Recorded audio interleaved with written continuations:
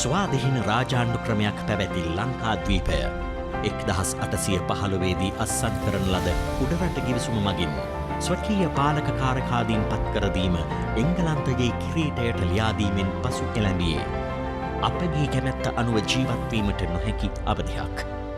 ධාන්‍යයන් කැමැති ආකාරයට ගෙන ගිය ආර්ථික, සමාජීය, සංස්කෘතික හා දේශපාලන යන සිව් පැතිකඩට සුළුවෙන් හෝ අතපෙවීමට ස්වදේශිකයන්ට හැකියාවක් ලැබුණේ අනේක විධ ඉල්ලීම් හමුවේ පත් කරන ලද ඩොනමෝර් කොමිෂන් සභාව හරහා 1931 දී සර්වජන ඡන්ද බලය හිමිවීමෙන්.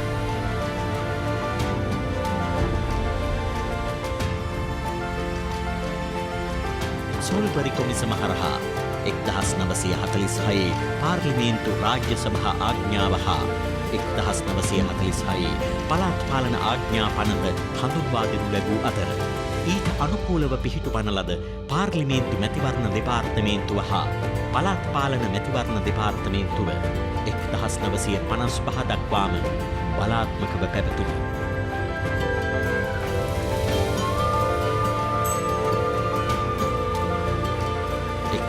1955 ඔක්තෝබර් 1 වන දින එම දෙපාර්තමේන්තු එකතු කර තැනූ මැතිවරණ දෙපාර්තමේන්තුවට මැතිවරණ පැවැත්වීමට අදාළ සියලු කටයුතු සම්පාදනය කිරීම හෙවත් ශ්‍රී ලංකාවේ අනාගතය තීරණය කිරීමේ තින්දිගය සැකසීමේ බලය හිමි විය. දෙපාර්තමේන්තුව 2015 දී කමිෂනර්වරට පත් වෙනවා.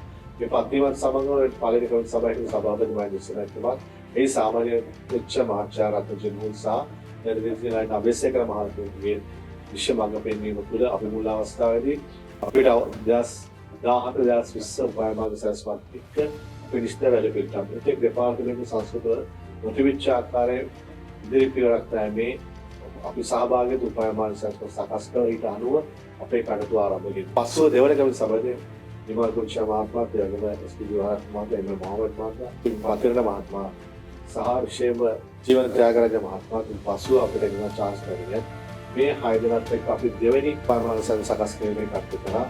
ඒ වගේම ඒ අතරතුර තමයි අපිට තුන්වෙනි කමිටු සභාවක් වෙන්නේ වර්තමාන කමිටු සභාව ආරම්භයේ රත්නය මහත්මයා සභාපති, ඒ වගේම එම්.පී.සී. පෙරේරා මහත්මයා, ඒ වගේම ශෂන්දර මෙඩවිය මහාචාර්ය ලක්ෂ්මණ දිසානායක මහතා, බිල් ෆයිස් මහතාගේ සමග මේ කමිටු සභාව තුන්වෙනි කමිටු සභාවට අපිට එක්ක මේ අවශ්‍ය නායකත්වය ලබා දෙනවා. මැතිවරණ කොමිෂන් සභාවට අතිශය දුෂ්කර භාරදූර කාර්ය රාශියක් ඉටු කිරීමට සිදුව ඇත. ඒ සියල්ල ඉතා කාර්යක්ෂමව හා නිවැරදිව ඉටු කෙරේ. 1978 සමානුපාතික නියෝජන ක්‍රමය යටතේ නව මැතිවරණ නීති හඳුන්වා දීමත් සමග සෑම මාස 15කට වරක්ම මැතිවරණ පැවැත්වීම සඳහා සූදානම් වීමට මැතිවරණ දෙපාර්තමේන්තුවට සිදු වෙනවා.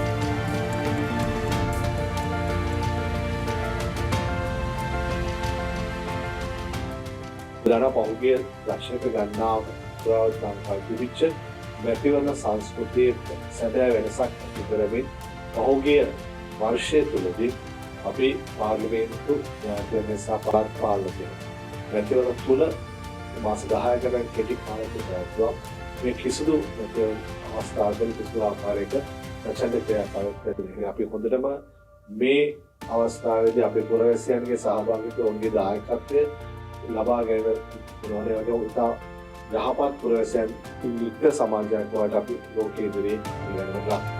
මහ බ්‍රිතාන්‍යයේ කේන්ද්‍ර කරගත්ත පාර්ලිමේන්තු අධ්‍යක්ෂක අන්තර්ජාතික සම්මේලන ICPS සහ බොත්ස්වානා ස්වාධීන උද්යම සභාවේ සම සම්බන්ධව පවත්වන ලද 21 වන ICPS සම්මාන උළෙලේදී ශ්‍රී ලංකා කමිෂන් සභාවට වසරේ හොඳම කමිෂන් සභාපති සම්මානය හිමි වුණා. ඔවුන් මේ සම්මානය පිරිනැමීම සඳහා පාදක කරපු කාරණාව තමයි යහපත් පුරවැසියන්ගෙන් සමානිත සමාජයක් නිර්මාණය කිරීම සඳහා දක්වන දායකත්වය පිළිබඳව.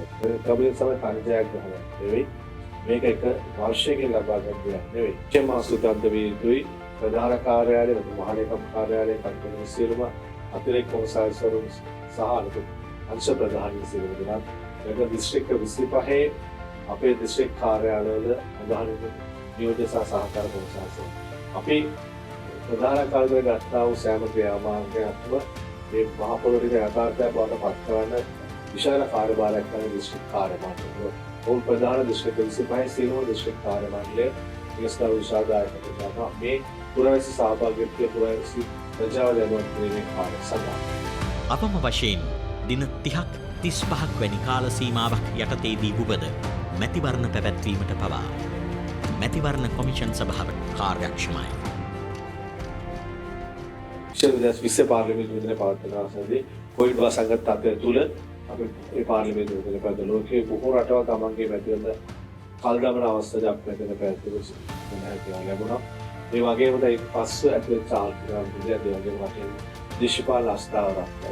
මේ සියලුම කාරණා තුළ විශේෂයෙන්ම අපේ පාර්ශ්ව කරවන පොලිස් දෙපාර්තමේන්තුව රාජ්‍ය මුද්‍රණාලය ප්‍රතිවරුන් සහ රාජ්‍ය සේවකයන් දායකත්වයෙන් සියලුම දේශපාලන පක්ෂ වල සහ අනිකුත් සියලුම ජනමාධ්‍ය සහ ඒත් එක මෙහිදී විශේෂයෙන්ම යම් අවස්ථාවලදී රාජ්‍ය රෝණ සංවිධානය කරපු කැම්පේන් CMV IRIS DOJ ආයතනය සහ කාන්තාස්ලාව ආබාධ සංවිධාන සහ අනිකුත් කාන්තා සහ තවද සංවිධාන අපේ දිස්ත්‍රික් මට්ටමේදී මේ කටයුතුවලදී දායකත්වයෙන් විශේෂයෙන්ම IFS ආයතනය බොහෝ වෙලාවට අපදේශන මොඩ අනුග්‍රහය සහ ලබා දුන්නා. මේ සාර්ථකත්වය ලබා ගැනීම සඳහා මේ සියලුම ආයතනවල මේ ජයග්‍රහණය කොටස් කරවන මේ සියලුම දෙනා අපේ සියලුම පාර්ශ්වකරු මගර අපිට ලංකාවේ ආයතනවල ගත බැරි පාර්ශ්වකරු ප්‍රමාණය සහ ගනුදෙනු කරන්න බැහැ. කමිෂන් සභාවක මේක නම් වශයෙන් කියන තව විශාල ප්‍රමාණයක් කෙසේද අපිට කමිෂන් සභාවක් විතර මේ හැමෝගෙම දායකත්වය තුළ කටයුතු මේ සෑම ආරෝග්‍යයක්ම සෑම අභියෝගයක් ජයගැනීමේ මේ කටයුතු ලැබුණේ මේ සියලුම පාර්ශ්වකරුවන්ගේ දායකත්වය තමයි මේ ජයග්‍රහණය සමස්ත ජයග්‍රහණයේ ගෞරවය මේ රටේ සියලුම ජනතාවට ලැබුණේ. ඒ නිසා මේ අපි කමිෂන් සභාව පමණ මේ හොඳම වෙනසක් මේ රට යහපත් රටක් බවට ලස්සන හිතක් දවසක් හදන්න පුළුවන් ආකාරයේ රටක් බවට ලෝක ඉදිරියේ තව සනිටුහන්ට විශේෂ සලකුණක් දෙනවා.